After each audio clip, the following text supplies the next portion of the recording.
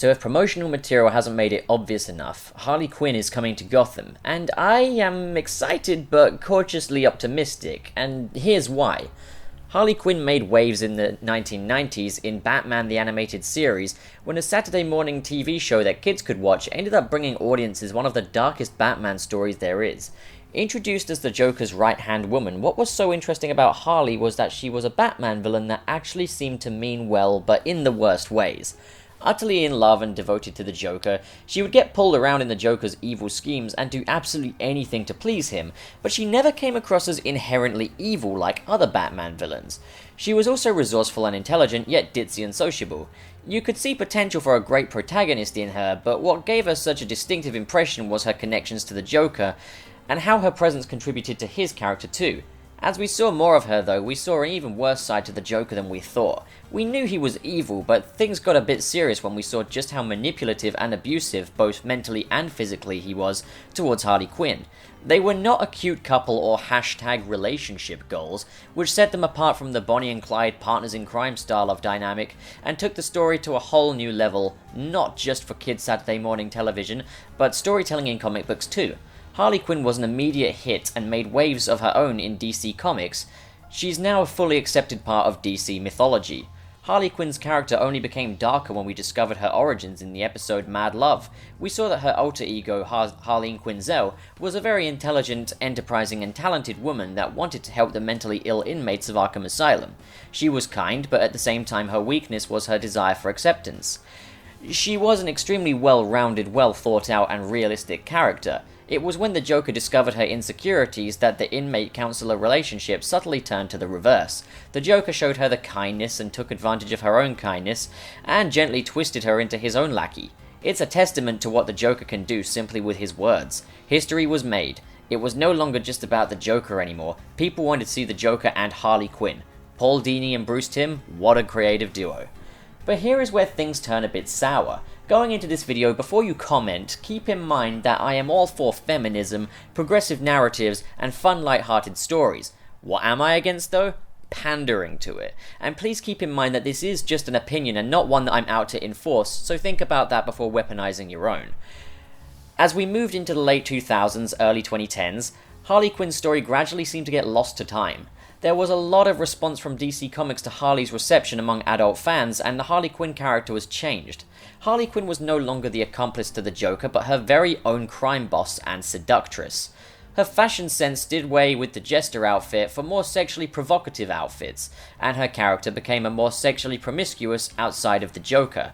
She gradually made her way to anti-hero status, and now we have this mess of a character that's trying to tailor herself to suit both demands for strong female character stereotypes, even though there really is no shortage of this in Batman, as well as hormonal teenage boys' demands for seductress villains, and even though there is again really no shortage of this in Batman comics.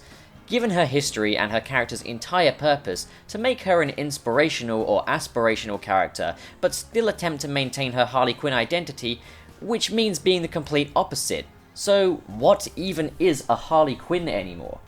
Things got worse with Suicide Squad, where her toxic relationship with the Joker was fully romanticized, but with her origins being the more violent part of the story instead.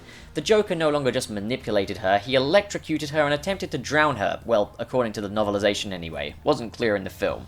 Other than that, Harley Quinn became a walking advert for a new range of Suicide Squad tie-in merchandise, spiting some really awful one-liners and pop culture references too, and her relationship with the Joker after her transformation was all hunky-dory. So how did we go from a tragic character to a merchandising trend? Irresponsibility and a reluctance to connect with the character's deeper roots, over-response to the fans, and an overdose of self-awareness. Today, Harley Quinn is trendy, but not for the reason she was popular with enthusiasts back in the 1990s.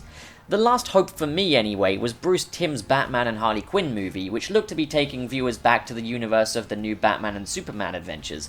Well, it shared the same art style, but rather than being a return to form that I was hoping for, it was instead just a fetish movie for Harley Quinn fans. We've got Harley Quinn working as a waitress, beating up guys who attempt to grope her. Yeah, unsubtle feminism! We've got her having one-night stands with Dick Grayson. Hell yeah, unsubtle hormone pandering! Harley Quinn farting repeatedly as a plot device. Yeah! Actually no, who wants that?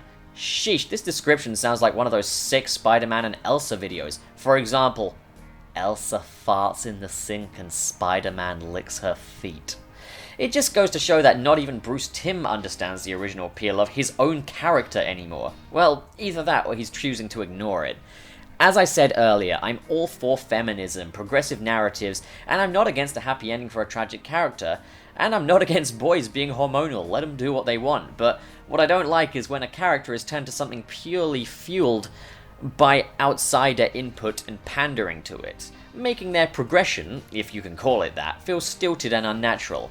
This comedic seductress is not a natural progression from the tragedy that made such waves in the 90s, which brings me to the Gotham TV series. The Harley Quinn of late is actually in Gotham. She has been since season 1 when you think about it. Barbara Keene, don't switch off, think about it. Her inner crazy was unleashed after a toxic relationship with the Ogre. She is now a crime boss, sometimes a seductress, occasionally goes anti-hero, and is the head of the Gotham Sirens. This is surely all very intentional, even down to the fact that she's even worn red and blue colour schemes in the past. We've got the modern Harley Quinn pretty much down in Gotham already, but there's a more traditional Harley Quinn that's been introduced to us since season 4, Echo, allowing modern Harley Quinn fans and classic Harley Quinn fans to have a bit of the pudding. Echo for me could potentially save Harley Quinn and give us at last not only the first good live action rendition of Harley, but also the best Harley Quinn rendition made in about a decade. For starters, Echo was the assistant to Xander Wild, Jeremiah Valeska's alter ego. Clearly very intelligent and tactically minded, she managed to trap Jerome Valeska for one thing, but we don't know when she joined Xander Wild's enterprise for cheap energy, but she joined it back when Jeremiah was fully in denial about his own inner insanity, so I'm very sure she herself was coherent as well at this time. We don't know what happened in between, but when Jeremiah makes his transformation into the Joker, we do see that she has immediately jumped on board with this in her jester suit. It's a different means to the same end, really. We don't see her transformation, but in some cases the devil's in the detail. We don't know what Jeremiah did to her, and yet provided they don't mess this up with some kind of drugs or electrotherapy or a chemical vat, we're golden. But what's so exciting is that Gotham producers have teased that Echo's relationship to Jeremiah Valeska is highly toxic, and also that she's a roller skates enthusiast, if that tickles your pickle. I think Cameron Monaghan will absolutely nail the temperamental side to the Joker in his Jeremiah Valeska persona for sure. When you think about it, Jerome was probably a bit too carefree and jolly to be the kind of guy that would give Echo the time of day, let alone slap her about and get angry with her. I think what Gotham has done with using different names for certain characters is also quite smart, because it means that they can kind of take things down their own path, while still giving audiences kind of what they want to see anyway. So, if you get what I'm saying here, is like, Harley Quinn's origin stories can't truly work until Batman is established in this world. However, giving us Echo and not calling her Harley Quinn and not doing the full-on sort of origin and stuff, by keeping things relatively ambiguous, there's less to really have a problem with. So I think, like, as long as Echo kind of echoes some of what it means to be Harley Quinn in the 90s, I think this is going to be possibly the best Harley Quinn since the Arkham series, I guess. And I know that even in the Arkham series, her relationship with the Joker was a lot softer than it was in the 90s. Like, we didn't see him slapping her about, it was all implied and everything. But I'm really hoping that this is the path we go down. I mean, there's talks of the new Joker and Harley Quinn movie and everything, and there's going to be a raunchy comedy similar to Bad Santa and stuff, and I don't want that. I'm not about that life.